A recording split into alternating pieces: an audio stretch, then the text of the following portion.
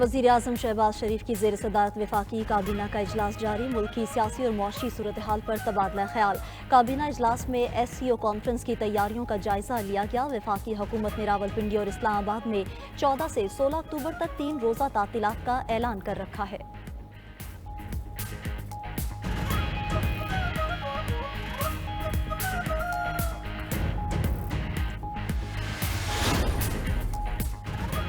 Shanghai ताउन तंजीम conference का पाकिस्तान में इनकाद कामयाब खारजा पॉलिसी का आगाज है।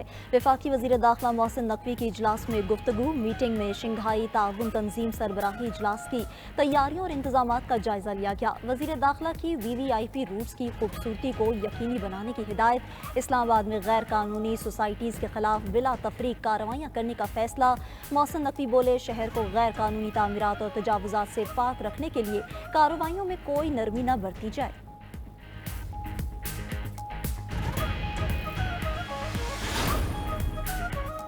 मुजव्वज़ा आइनी तरामीम के खिलाफ सुप्रीम कोर्ट में नई दरख्वास्त दायर। वफाकी हुकूमत, स्पीकर असम्बली, चेयरमैन सेनेट और वजारत कानून को फरीक बनाया गया।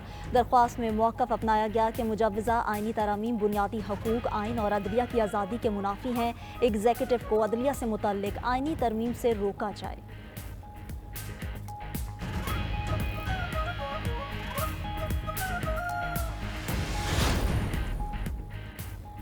आइनी अदालत से मुल्क का फ़ायदा ही है, नुकसान नहीं। हमारा एक मौक़िफ़ है, आइनी अदालत बननी चाहिए। रहनुमा पीपल्स पार्टी फारूक H नायक कहते हैं कि चीफ जस्टिस का नोटिफिकेशन वजारत कानून ने करना होता है, ये हुकूमत का काम है। समझता हूँ काजी फायज़ ईसा की रिटायरमेंट से पहले नए चीफ जस्टिस का नोटिफिकेशन आ जाएगा। गवर्नर पंजाब सलीम हैदर खान ने कहा कि अवाम की सहूलत के लिए आइनी तरमीम ज़रूरी है। आइन सुप्रीम है, इस पर अमल करना सबकी जिम्मेदारी है। हम आइन की बहाली के लिए निकले हैं। हम आइनी तरमीम आइन की मजबूती के लिए करना चाहते हैं।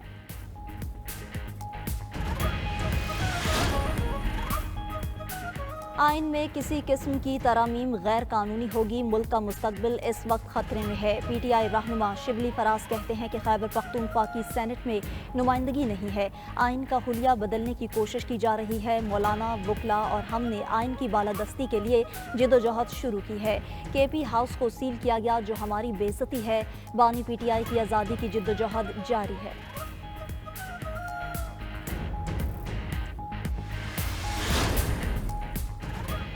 PTI ने 2000 रुपये का लालच देकर धरने पर बुलाया और तोड़ फोड़ करने का कहा। इस्लामाबाद में एहतजाज की आड़ में शरपसंदी करने वाले गिरफ्तार अफगान बलवाइयों के होशरुबा इंकशाफात। अफगान शरपसंद ख्याल गुल ने कहा कि PTI क़यादत खुद भाग कर चली गई और हमें यहाँ पुलिस ने पकड़ लिया।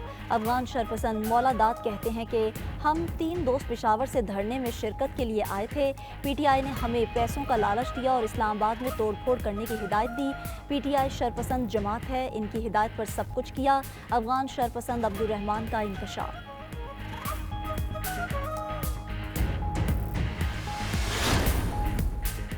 रावलपिंडी में PTI के पुरतशद्दुद एहतजाज के केसेस। 2 मुकदमात में 25 नामजद PTI रहनुमा के नाकाबिले ज़मानत वारंट गिरफ्तारी जारी।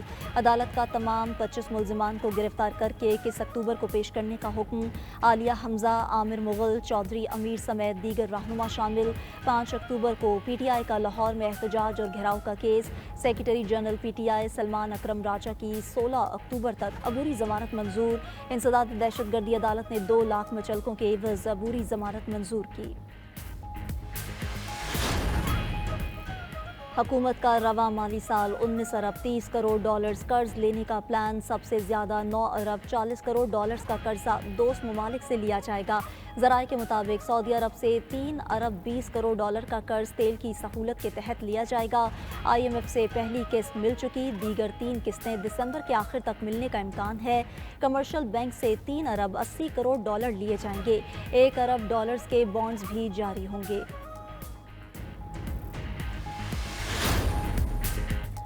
وزیر اعلیٰ پنجاب مریم نواز کی زیر صدارت اجلاس لاہور ڈیولپمنٹ پلان پر پیش رفت میں تاخیر پر اظہار ناپسندیدگی۔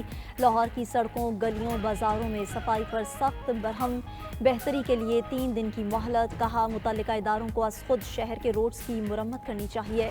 مرکزی سڑکوں کا پیچ ورک ترجیحی بنیادوں پر پہلے کیا جائے۔ مین سڑک پر کوئی گڑھا نظر نہیں آنا چاہیے۔ لاہور کی 8 مارکیٹس میں تجاوزات کے خاتمے کی مہم شروع کرنے کا فیصلہ۔ وزیر اعلیٰ کی غیر قانونی پارکنگ ختم کر کے فٹ پاتھ کلیئر کرانے کی ہدایت۔ جناح ایئرپورٹ کے قریب دھماکے کی تحقیقات۔ سندھ اور بلوچستان میں چھاپوں کے دوران 2 افراد کو حراست میں لے لیا گیا۔ تحقیقاتی ٹیمز کا تیسرے روز بھی کرائم سین کا دورہ، شواہد جمع کیے۔ سی ٹی ڈی، وفاقی تحقیقاتی ادارہ اور حساس ادارے بھی ہائی پروفائل کیس کی تحقیقات میں مصروف۔ جائے وقوع آج بھی مکمل سیل، پولیس اور رینجرز کی بھاری نفری موجود ہے۔ کراچی میں ایئرپورٹ سگنل کے قریب خودکش دھماکے میں 2 چینی باشندوں سمیت 3 افراد ہلاک ہوئے تھے۔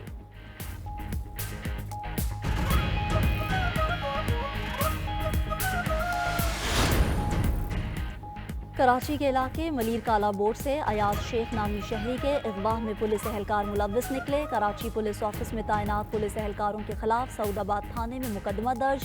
3 پولیس اہلکاروں سمیت 5 ملزمان گرفتار۔ اسلحہ اور اغوا میں استعمال کار بھی برآمد۔ ملزمان میں ہیڈ کانسٹیبل عاطف، کانسٹیبل امان شاہ اور عظمت اللہ شامل ہیں۔ ملزمان شہری کو ذاتی لین دین کے تنازع پر اغوا کے بعد شاہ لطیف لے گئے۔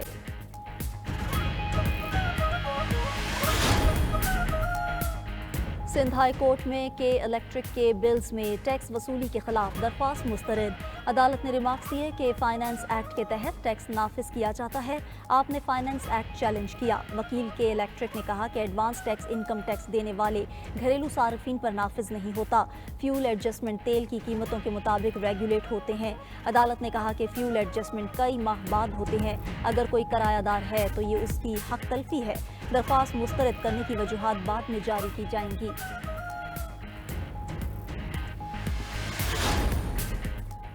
ملک میں پولیو کے مزید 4 کیسز سامنے آ گئے۔ نیشنل ریفرنس لیب کی تصدیق کر دی گئی۔ ذرائع کے مطابق سندھ سے 3 اور خیبر پختونخوا سے 1 پولیو کیس رپورٹ ہوا۔ جیکب آباد کی یونین کونسل ٹھل 2 سے 2 کیس رپورٹ ہوئے۔ جیکب آباد میں ایک بچے اور بچی میں پولیو وائرس کی تصدیق ہوئی۔ دہشت گرد اسرائیل باز نہ آیا۔ غزہ میں گھروں اور پناہ گزین کیمپس پر حملے، مزید 77 فلسطینی جام شہادت نوش کر گئے۔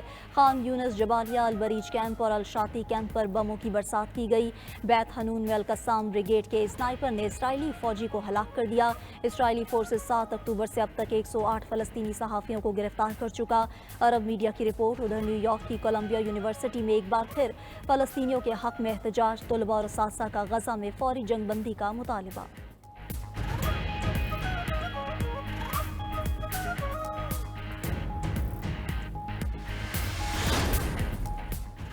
اسرائیل کی لبنان میں بھی بارود کی بارش، بچوں سمیت 22 افراد شہید اور 100 سے زائد زخمی ہو گئے۔ بیروت میں کئی مقامات پر بمباری کی گئی۔ امدادی ٹیمز کے 10 کارکن بھی شہید ہو گئے۔ جنوبی لبنان میں دوسری بار زمینی آپریشن، اسرائیل کو منہ کی کھانی پڑی۔ حزب اللہ کے بھرپور رد عمل پر صہیونی فوج پیچھے ہٹنے پر مجبور ہو گئی۔ حزب اللہ کے اسرائیل کے فوجی ٹھکانوں پر مزید حملے، سرحدی شہروں کے ساتھ تل ابیب میں پھر سائرن بج گئے۔ شہری جان بچانے کے لیے پناہ گاہوں کی طرف بھاگتے نظر آئے۔